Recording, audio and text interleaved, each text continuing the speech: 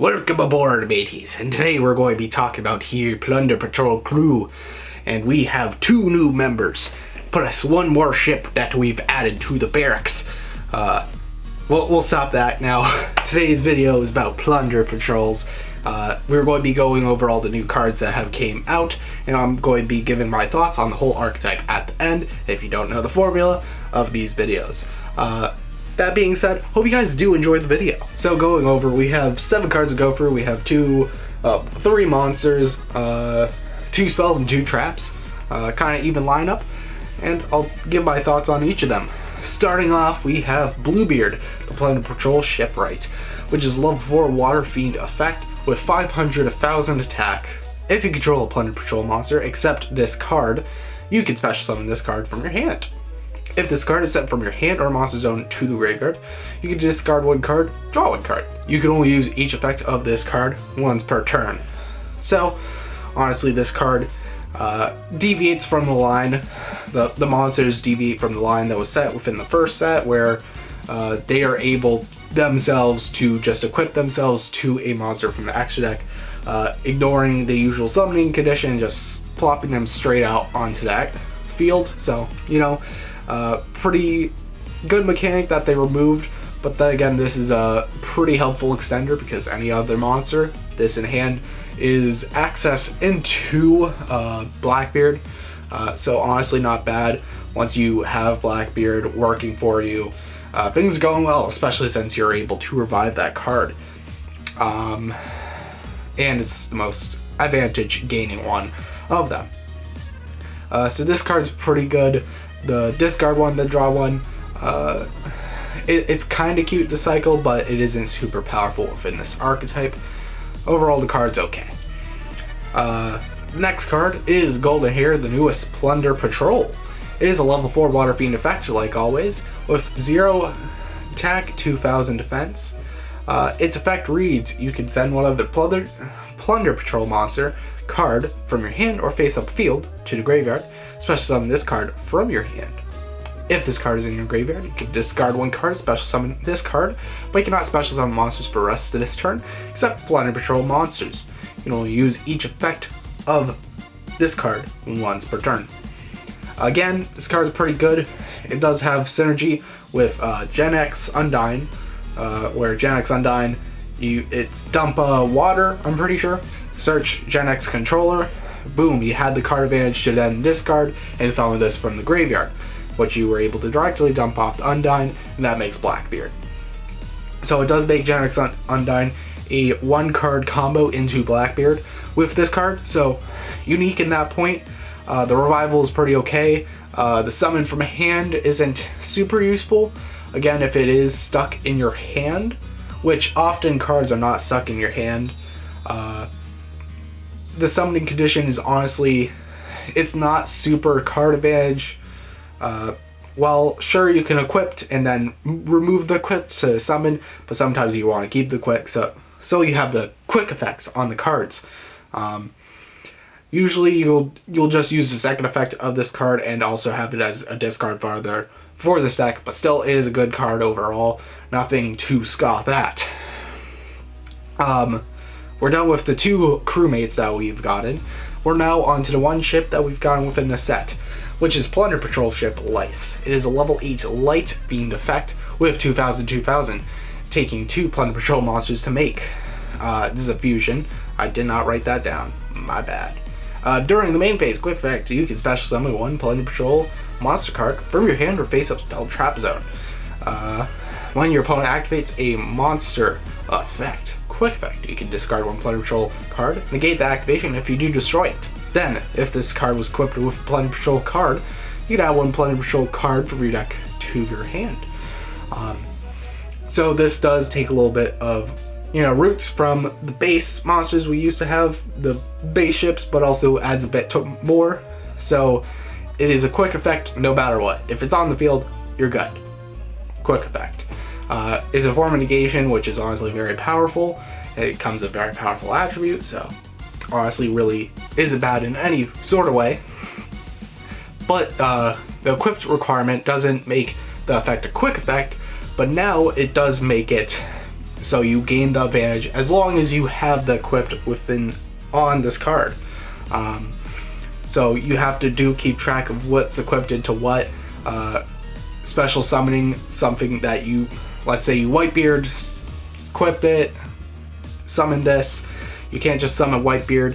Be careful, because you do need something to be equipped on this to be able to get the card advantage, which is pretty desperately needed within this archetype still.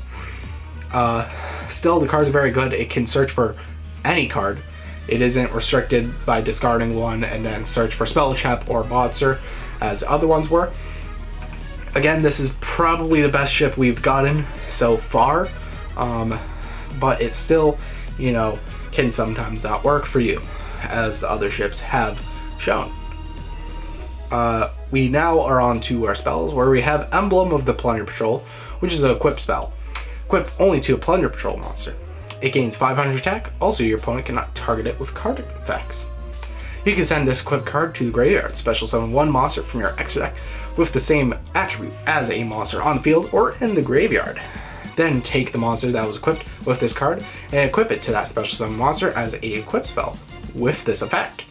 The equipped monster gains 500 attack. You can only use this effect of this card once per turn. Honestly, this is very good.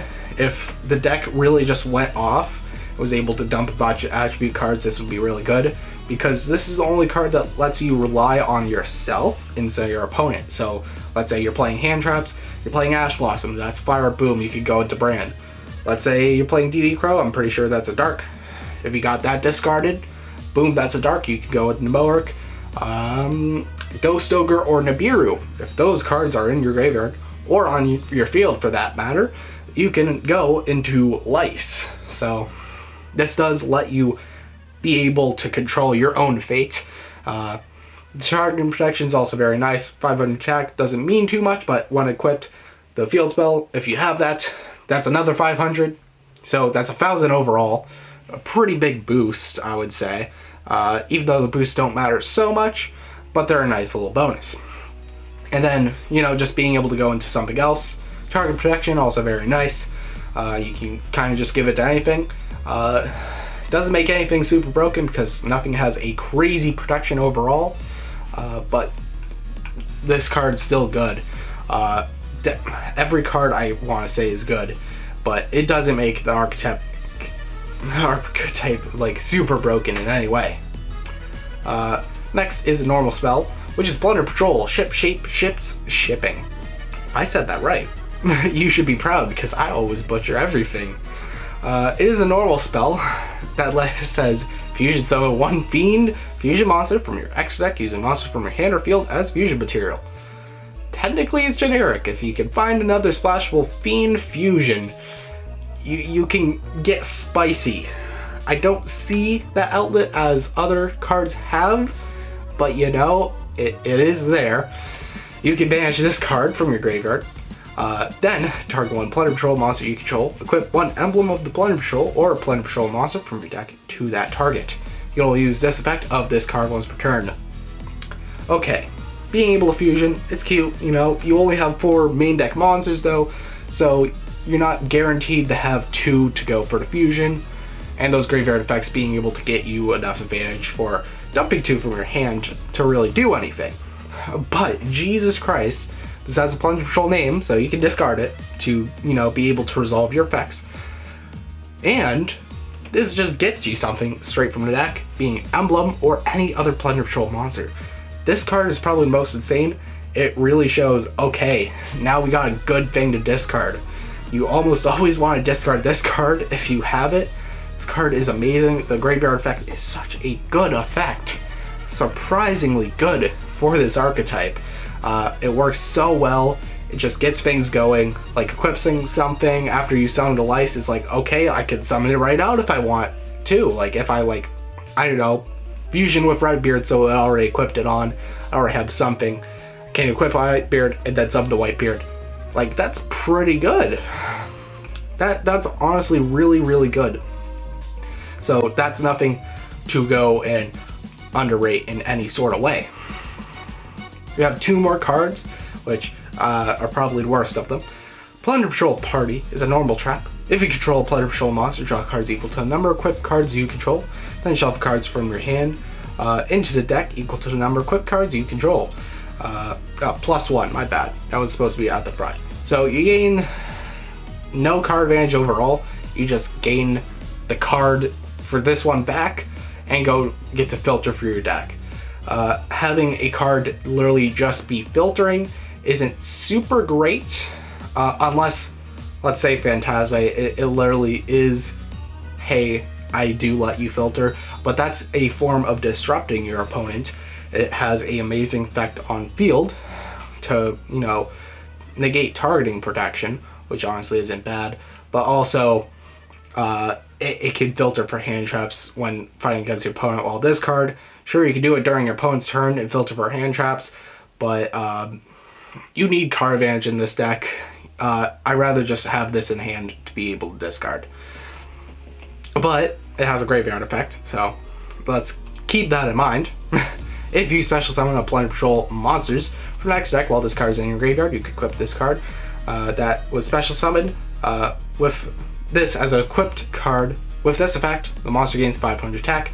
You can only use this effect of the card once per duel. I don't know why we couldn't just loop this card as a free equip. Honestly, the attack gains aren't going to mean super much. This deck has a nice job OTKing, but you really just needed to restrict it any bit. The OTKing was fine. There's no restriction that you need once per duel on this card. It's okay if it was able to be looped, but I don't care for this card that much. You can play a one of just to have something to discard, but yeah, I don't care for this card. And then the last card is Pride of the Plunder Patrol, which is a continuous trap. If your Plunder Patrol monster destroys an opponent's card by battle, draw a card. Honestly, pretty slow. We look at stuff like the continuouses, like if something's destroyed, draw a card. We always look at that as slow, even if there's some combo.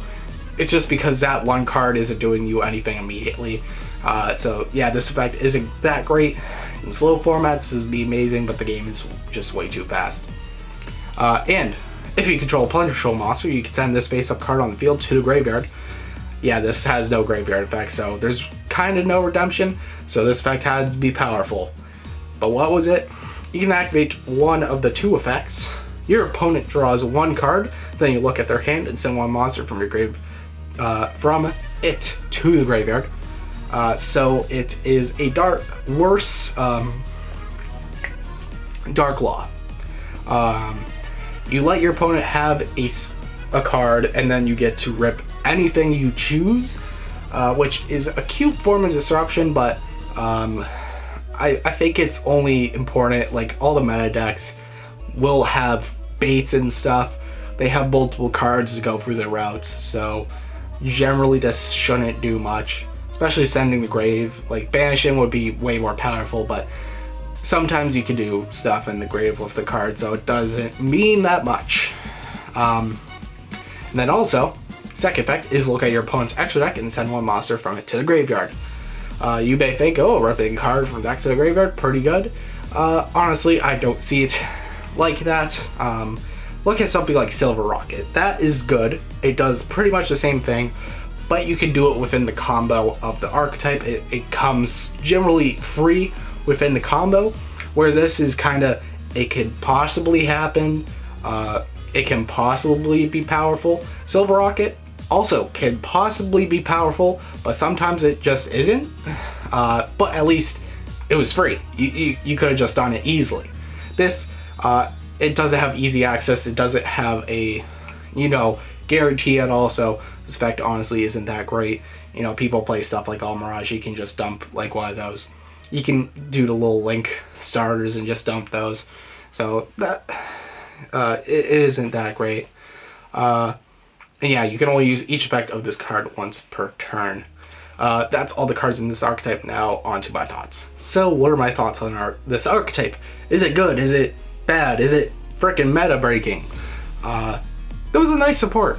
Definitely not what a lot of people thought. Everyone was like, oh my god, this archetype is going to be the nuts. It's going to be everything we ever wanted. this is kind of in the right track of what we needed, but it doesn't break anything at all. The 2 monsters that we got end up making you have the access into Blackbeard way easier and stays within the archetype, gives you names for the discards. Honestly isn't bad at all in that sense, where most of the times you had to play dangers within the archetype. There wasn't too many things to discard. So that was one of the flaws I said before in my first video on this, the look at Plunder Patrols, where I was like, there's not enough cards to be going and discarding. There's only like 16 maybe you play within the deck, main deck itself, since 2 of the cards were in extra deck and you can't really discard them. You know, I was said there was a little bit too little cards. Now there is generally enough cards.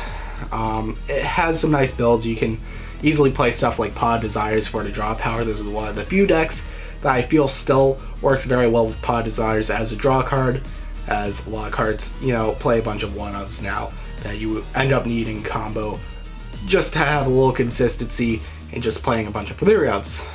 This deck can still play Pod Desires, get the extra 1 card plus, just so you have probably another Plunder Patrol to discard.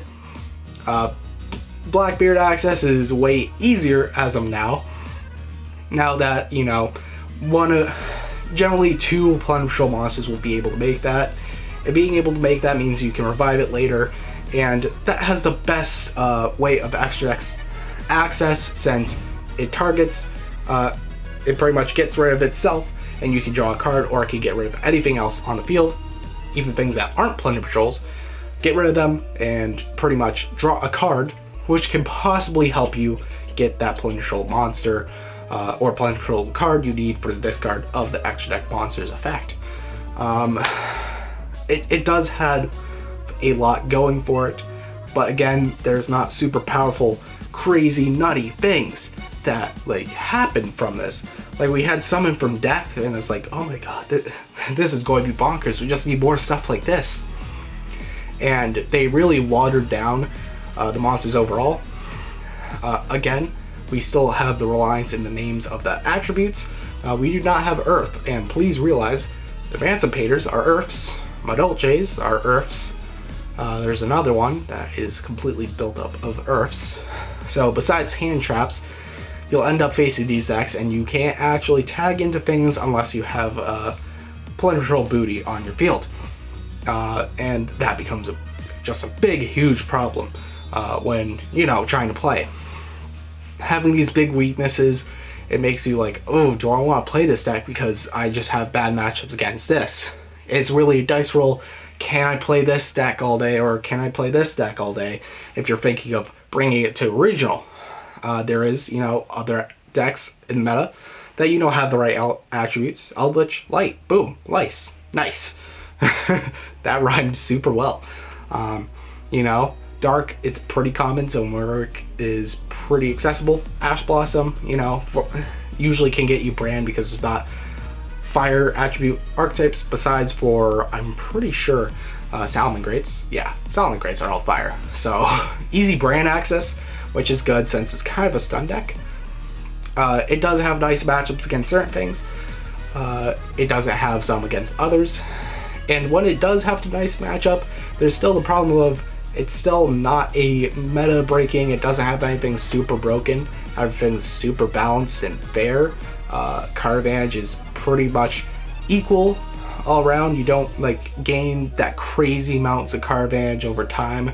You do gain a lot of graveyard advantage, but not really hand advantage, which this deck absolutely demands for in a way. It doesn't have broken stuff, so even the good matchups, it's still, you have to fight well to win those games. And then when you have the bad matchups, you kind of just sit there, you look at yourself, you're like, okay, so I'm going to lose. Generally, no side decking is likely to save me, especially if they know, oh yeah, just remove these hand traps of certain attributes, they'll never be able to access their cards. That's other thing, you know, siding, you can kind of side out cards with attributes, you know, have more spells or traps of certain things, you know, going in. So when you know the deck, there's good ways to side against it. It's kind of like generators where it's like, oh yeah, you can ghost over the field and they're done for. Again, it's like, hey, I know what attribute ships they have. I'll just try to get rid of those attributes. If I'm certain archetypes, like if I only have certain things in the hand traps, you can just get rid of those, side deck out, and you'll be good in that aspect. Still think this archetype is very good. It's now at, I feel, a rogue potential. It definitely has a lot going for it. Being able to revive Blackbeard way more easily is pretty like good. Before you'd have to like kind of go to danger, and that wasn't great because it can kind of hit out some of the Plunder Patrol cards from your hand that you wanted to have for the extra deck monsters. And it does a lot because now locking into the archetype really isn't as bad as it was before. When, you know, once you've activated Whitebeard, you're done for a turn. You still have a few Plunder Patrol cards you can try and get on the field to, you know, help assemble your board during your opponent's turn. Still, you generally have to assemble your board during your opponent's turn.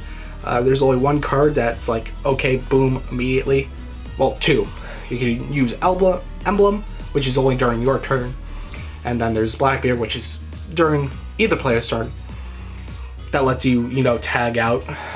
There's still a good amount of reliance to doing stuff on your opponent's turn, which still isn't that great because if they have easy monster removal in forms of spells or traps, or, you know, infinite impermanence, they could just play that, negate the effects of the card, and that solves the issue of the tagging out for the rest of the turn. There's still problems like that where you can't do stuff on the turns you want it to do, so you kind of have to wait, and slow decks don't work that well in the game. But that's my thoughts on this archetype. Really think it's good. It's definitely very format dependent on certain things. It definitely desires more cards, like the attributes, a few more monsters maybe. But yeah, thank you guys for watching this video. Hope you liked and enjoyed. Last video actually did pretty well, so I'm happy about that. I think what I've been doing as of recently has been working pretty well for this channel, so I'm definitely happy about that. So I hope you guys are enjoying the content I make. Give me any suggestions and stuff in the comments. I'll see you guys in the next video. Alright, goodbye.